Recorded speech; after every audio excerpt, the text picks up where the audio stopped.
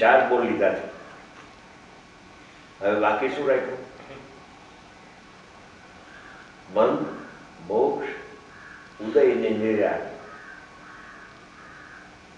બંધ મોક્ષ બે લીધા, પછી ઉદય ને નિર્જર સંવર્તમાં આવી ગયો.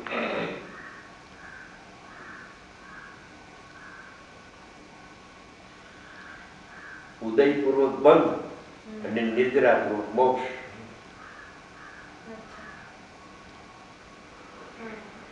ઉદયપૂર્વક બંધ અને નિદ્રાપૂર્વક મોક્ષ. બંધ, મોક્ષ, ઉદય અને નિર્જરા ને તે કાળે જ્ઞાન જાણે જ છે.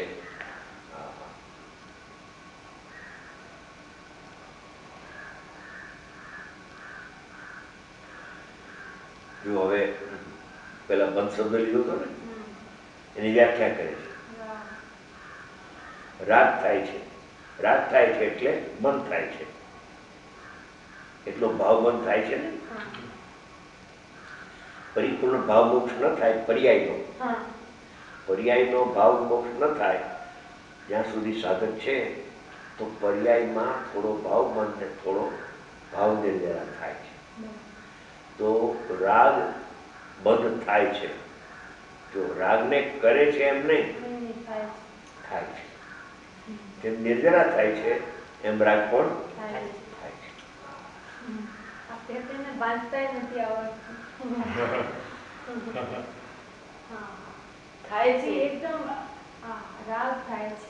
થાય છે, સ્વીકાર કર્યો, કરવું છે તો નહીં, કરવાનો નકાર. થાય છે એને જાણવાનો હકાર, થાય છે એને જાણવાનો હકાર છે. થાય છે, રાગ બંધ થાય છે, અસ્થિરતાનો રાગ. તેને તે કાળે જ્ઞાન પોતે પોતાથી જાણતું થતું પ્રગટ થાય છે. અને કેટલું મધ્યસ્થ છે જ્ઞાન, કે રાગ થાય છે એને પણ સ્વીકાર કરીને જાણે છે. રાગનો નકાર કરે તો જ્ઞાન રહેતું નથી, અને રાગમાં આત્મબુદ્ધિ કરે તો જ્ઞાન રહેતું નથી, અને એકાંત રાગને જાણે તો જ્ઞાન રહેતું નથી.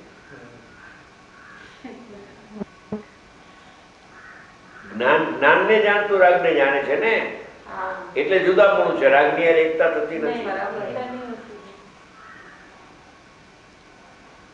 અને રાગ થાય છે સાધક થોડો અસ્થિરતાનો. દ્રષ્ટિ અપેક્ષાએ તો રાગ છે જ નહીં, જ્ઞાન અપેક્ષાએ જોવામાં આવે તો પર્યાયમાં થોડી વિતરાગતા, થોડો રાગ. ત્યાં સુધી મોક્ષ ન થાય ત્યાં સુધી એ બંધ અને નિર્જરા બે તત્વ હારે બોલ. અહીંયા બે લીધા ને, બંધ અને નિર્જરા બે તત્વ લીધા. રાગ એટલે બંધ, પેલો બંધ શબ્દ છે ને, એટલે બંધની વ્યાખ્યા કરી. બંધ કોને કેવો? કે રાગ. રાગની ઉત્પત્તિ થઈ તે બંધ. તેને તે કાળે જ્ઞાન પોતે પોતાથી જ એમ જાણતું થતું પ્રગટ થાય છે. બસ જાણતો થાય છે ને જાણે છે. રાગ થાય છે એને જ્ઞાન જાણે છે. જ્ઞાને અહીંયા પ્રગટ થાય છે, વાં બરાબર પ્રગટ થાય છે. બસ એવો જ્ઞેય જ્ઞાયક સંબંધ અંદરનો રહી જાય છે. રાગ ને બંધ છે માટે એને જાણે છે, એમ જ્ઞાન ને અપેક્ષા નથી. હવે રાગ ને જાણે છે એમ કહ્યું ને, એનો ખુલાસો કરે છે કે રાગ ને બંધ છે માટે એને જાણે છે, એમ જ્ઞાન ની અપેક્ષા નથી. રાગની બંધની અપેક્ષા રાખી ને જાણવાની પર્યાય થાય છે એમ નથી.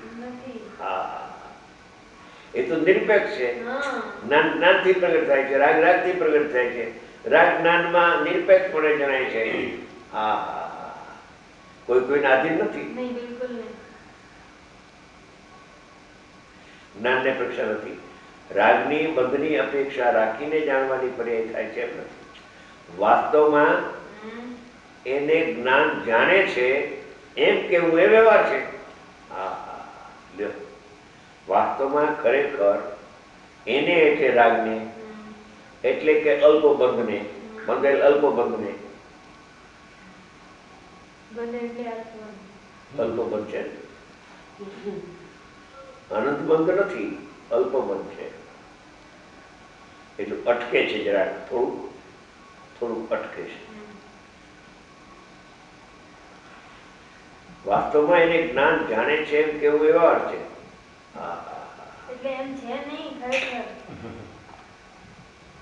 વ્યવહાર છે એટલે નહીં, ખરેખર જ્ઞાન જ્ઞાનને જાણે છે અને જ્ઞાન રાગને જાણે છે એમ કેવું તો વ્યવહાર થઈ ગયો, નિશ્ચય નહીં.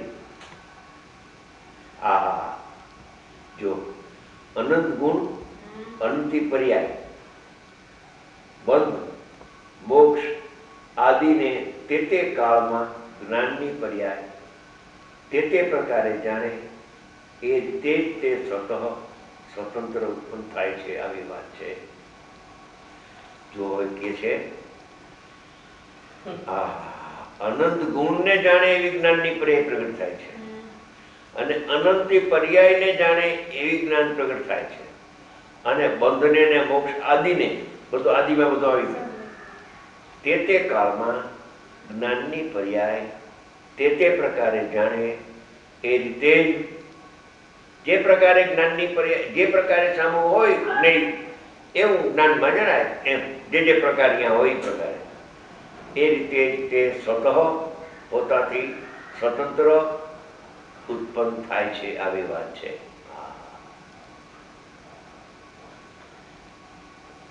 અનંત ધર્મોને જાણે છે જ્ઞાન.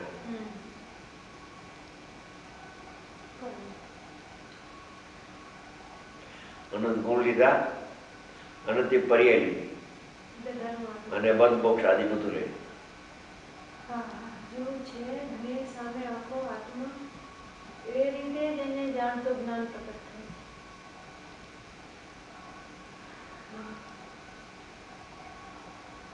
અનંત ગુણ છે માટે અનંત ગુણનું જ્ઞાન થાય છે એમ નહીં.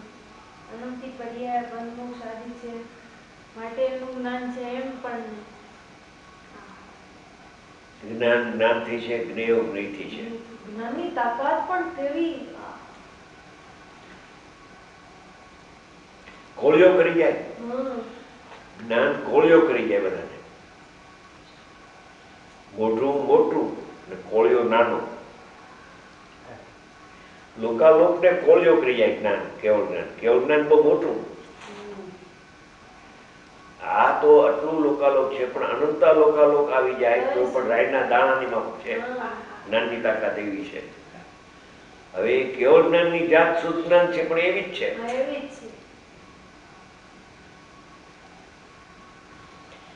જ્ઞાનમાં જણાય છે માટે આકૃતા થાય છે એમ નથી.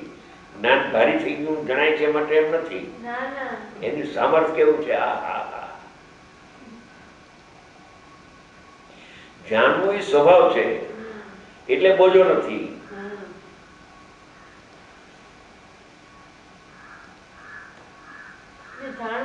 જાણવું સ્વભાવ છે પણ કશાય હારે છે ને એ બોજારૂપ છે. જાણવું બોજારૂપ નથી. સાધકને પણ જાણવું બોજારૂપ નથી પણ સાધકને જેટલી માત્રામાં રાગ મન થાય એ બોજારૂપ છે. એટલો દુઃખરૂપ કરે. બસ જેટલું પરસન્મુખનું જેટલું જ્ઞાન છે, પરસન્મુખનું જેટલું જ્ઞાન છે, ઇન્દ્રિય જ્ઞાન, અતિ જ્ઞાન તો શું કરું પણ જેટલું પરસન્મુખનું ઇન્દ્રિય જ્ઞાન છે, રાગ તો એમાં રાગ થાય અને રાગને ને ઇન્દ્રિય જ્ઞાનને જાણે અને રાગનું ફળ દુઃખ છે એને પણ જાણે.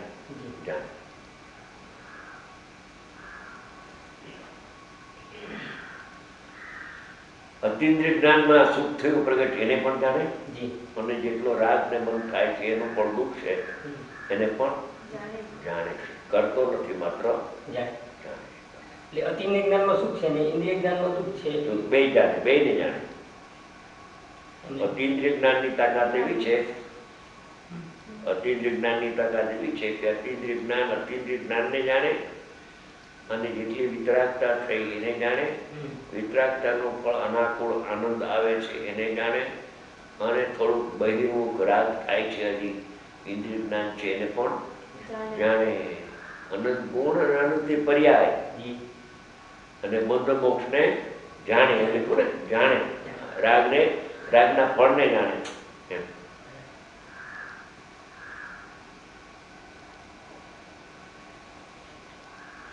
પણ જાણવું જાણવું ને જાણવું છે, કરવું ક્યાંય નથી વાત.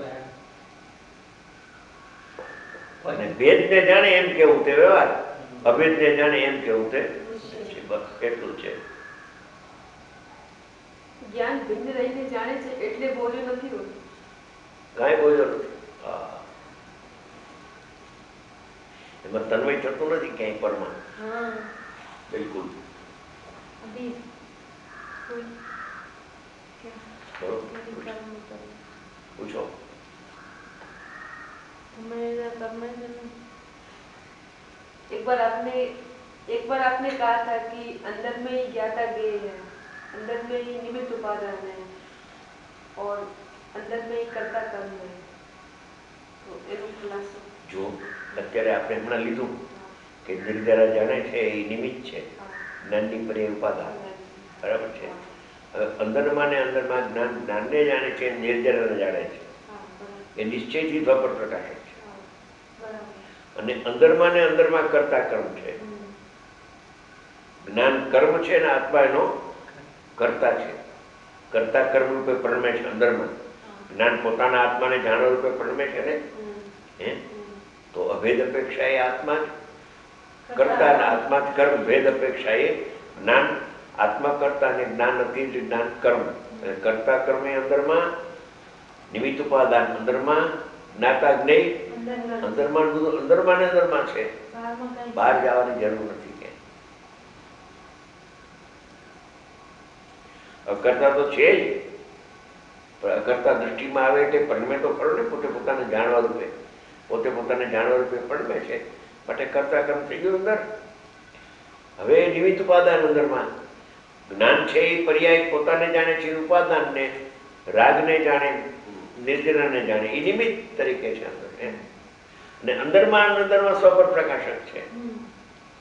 બહારમાં કાંઈ નહીં, બહારમાં ક્યાંય જવાની જરૂર જ નથી. એ નિર્જરા કર્મ નહીં થાય. નિર્જરા ભાવ નિર્જરા પણ છે એટલે દ્રવ્ય નિર્જરા થાય. अपने यहाँ निद्रा कर्म नहीं है, कर्म हो तो आत्मा करता हो जाए. नहीं, निर्जरा है वो निर्जरा- ज्ञेय है. નિર્જરા એ કહું છું ને, નિર્જરા છે ભાવ નિર્જરા અને દ્રવ્ય નિર્જરા બે વાત કરી ગઈ. પણ ઉપાદાન કયું જ્ઞાન, અને આ તો નિમિત્ત છે નિર્જરા. એટલે એને કરે છે ક્યાં? એને જાણે છે. જાણે છે. હવે જ્ઞાન જે કર્મ થાય છે, જ્ઞાન કર્મ થાય છે. જ્ઞાન કર્મ કેમ લીધું? બીજી પર્યાયોને કર્મ લેતા જ્ઞાનને કર્મ કેમ લીધું? કે જ્ઞાન માત્ર ભાવમાં અનંતની શક્તિ ઉછળે છે. ઉછળે છે.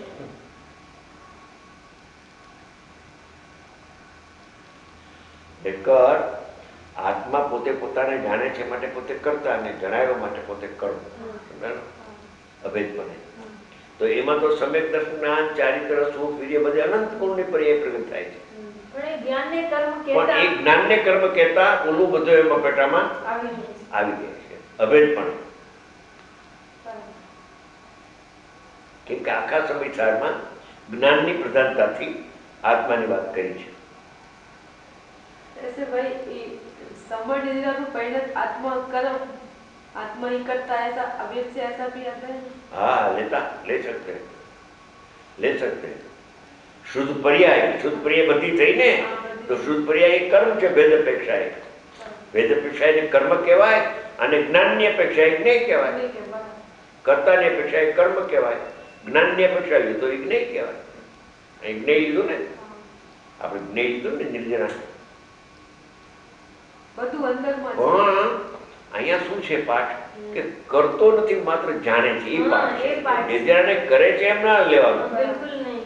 અહીંયા તો જાણે છે એમ લીધું. જાણવામાં જુદાઈ રહે છે. હા, અને કરવામાં તો એ પર્યાય સહિત આત્મા કરતો જ નથી ને પછી ક્યાં પ્રશ્ન છે? અહીં અકર્તાનો પાઠ છે. હા. અહીં પાઠ છે અકર્તાનો, કર્તાનો નથી. આ તો વચ્ચે પ્રશ્ન મૂક્યો તમે. એટલા માટે બાકી અકર્તાનો પાઠ છે ને. અકર્તા એટલે જ્ઞાતા જ છે, કરતા નથી. આમાં ઈ છે બંધ ને મોક્ષ ને નિર્જરા ને ઉદય ને કરતો નથી, માત્ર જાણે છે. જાણે છે. જાણવાની પ્રધાનતા છે, કરવાની પ્રધાનતા નથી.